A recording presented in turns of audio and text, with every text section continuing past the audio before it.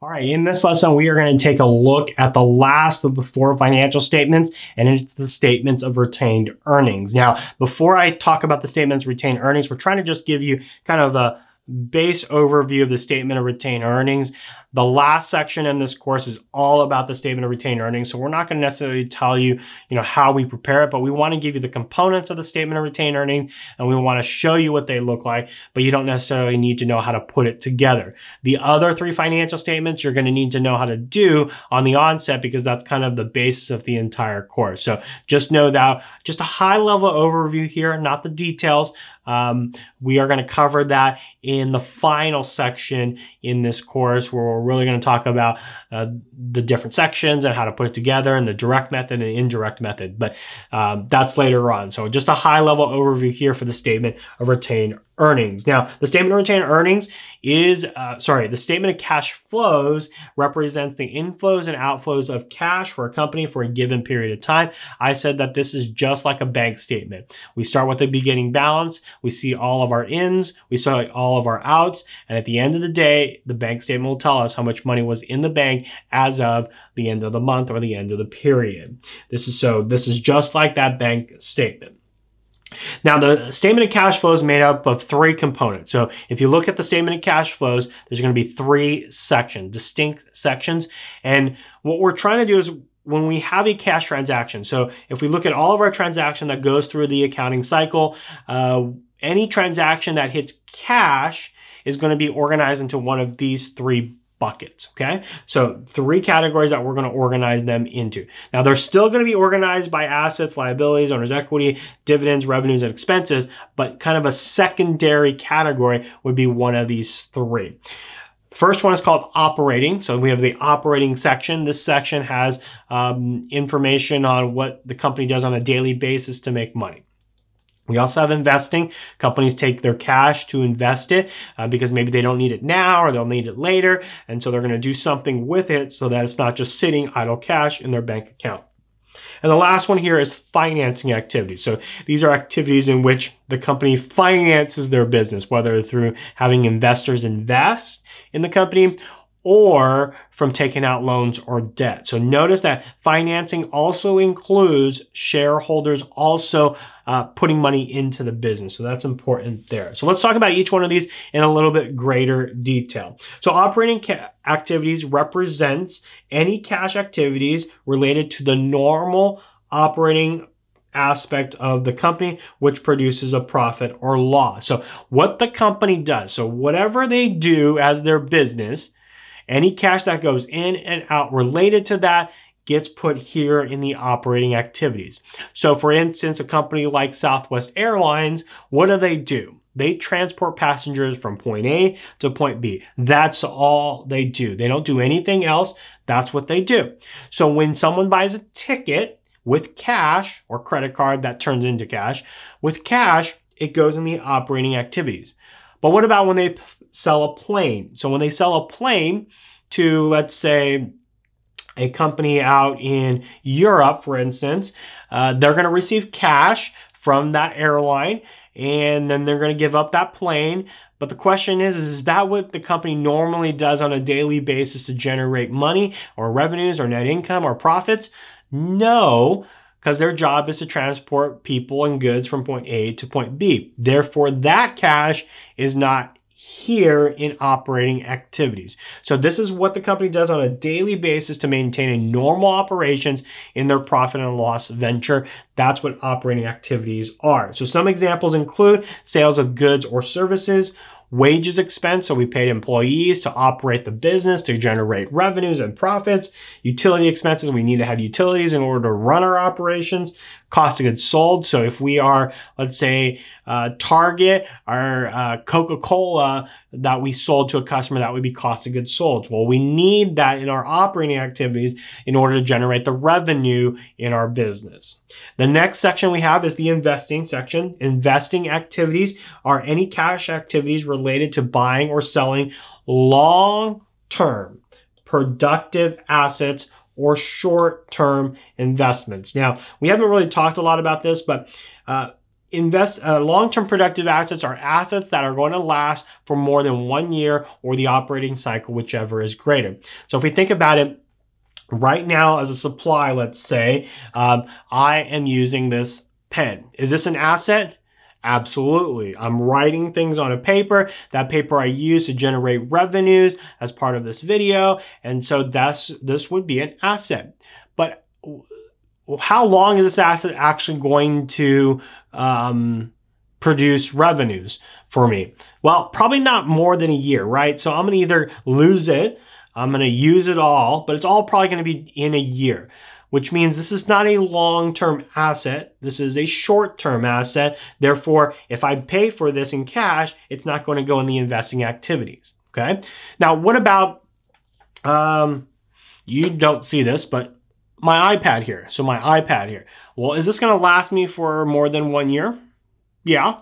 I can tell you we're almost at 1 year with this. So 1 year, I probably shouldn't have picked that up. So if you saw the video, you'll figure it out. So more than 1 year, absolutely. Is it yielding benefits to me? Absolutely. And so this is a long-term productive asset. So if I pay for this in cash, then the cash associated with this, would go into the investing activity, not the operating. Do I need it to operate this, business, let's say? Yeah. But this long-term productive asset is a long-term asset. It's not a short-term. So if I spent $600 on this iPad, so this iPad here would be long-term productive asset. So the $600 would go through this investing activity section rather than the operating section. And then short-term investments. So any short-term investments and any long-term investments as well. Long-term investments is covered in the definition of a long-term productive asset. So just FYI there. So examples of this would be buildings, equipment, land, and treasury bills. So those are all examples of when we pay cash or receive cash from any of these exchanges, they would go into the investing activity. All right, last one here is the financing activity. Financing activities are any cash activities related to borrowing or repaying bank loans, as well as cash from stockholders or paid to stockholders in form of a dividend. So anytime that we're dealing with any funding for the business to grow the business or start the business, that would be here. So revenues don't necessarily use to grow the business. It's really shareholders' investment as well as bank loans that will do the growing for the organization. So that would be a financing activity. So think loans here as well as shareholder investments. So looking at an example of the statement of cash flow here, we've got Facebook's statement of cash flows. If you notice here, we've got the operating here at the top, investing here in the middle, financing here at the end, and then we have what we call the reconciliation right here. So Facebook started 2018, it looks like, with $8 billion in cash, $8 billion in cash. At the end of the year, they totaled $10,124 million in cash. So basically what we're saying here is that based on their operations during the year, their cash increased by $1.9 billion. That's a lot of money. So if you remember, we talked about in the income statement, if you remember, their income was like $22 billion. And here we're telling you their cash only increased by $1.9 billion. So some would say, well, what happened to the other $20 billion? Well, I'm going to look here really quickly. It looks like they repurchased shares. So they repurchased about 13 billion. So of the 20 billion, 13 billion went to repurchasing shares. So it reduces the amount of equity that's out there, which means it increases the overall stock price technically.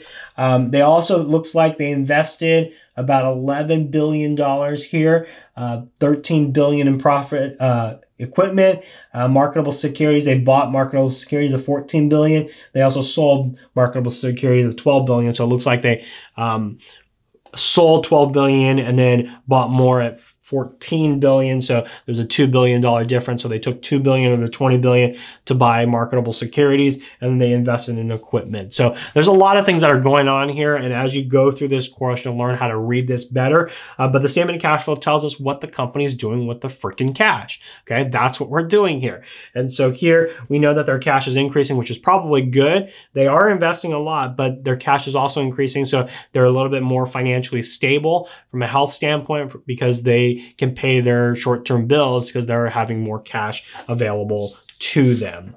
So the statement of cash flow doesn't necessarily tell you about their health, although I just said it like a few seconds ago. The balance sheet really does that. This kind of tells you the health of the cash. Especially in the financing or investing sections. However, it is a good indicator of the company's ability to pay its bills. So that's the health part I was talking about, and whether or not the company is making enough cash for their operations. Obviously, companies live and die by cash. If they don't have enough cash, they can't pay their bill. If they can't pay their bill, they can't continue into the future, which also means that they'll go bankrupt. And that's usually why companies go bankrupt, is they don't have enough cash to sustain their operation. And usually that's due to decrease in sales, increase in expenses, and a lot of that stuff. But generally speaking, the reason to go bankrupt is because you don't have enough cash to pay your bills. So that's a look at the statement of cash flows. Hope you enjoyed this lesson, and we'll see you in the next video. Hey guys, it's Patrick. Before you skip ahead to the next section, just wanted to come on here and tell you to not forget to like this video and maybe share this video with someone that you know that would get a lot out of this lesson. Maybe a classmate that you know. This would be a great way to introduce them to this channel. So share this video with them, maybe your mom or your dad, someone, so that they know that you're really learning accounting topics here on YouTube and you're not just playing cat videos over and over again. Now, if you want to help us grow this channel, what would be great is if you press the subscribe button and maybe even turn on the notification bell if you want to get alerted the next time we upload a video to this channel. And put in the comment section below, what did you eat last night? It would be so weird for people to come and look at the comments, but what did you eat last night? I might throw in a comment after you if you put that in the comment section below. So do that now. What did you eat last night? All right, so enough of the fun stuff. Hope you enjoyed this lesson, and we'll see you in the next video.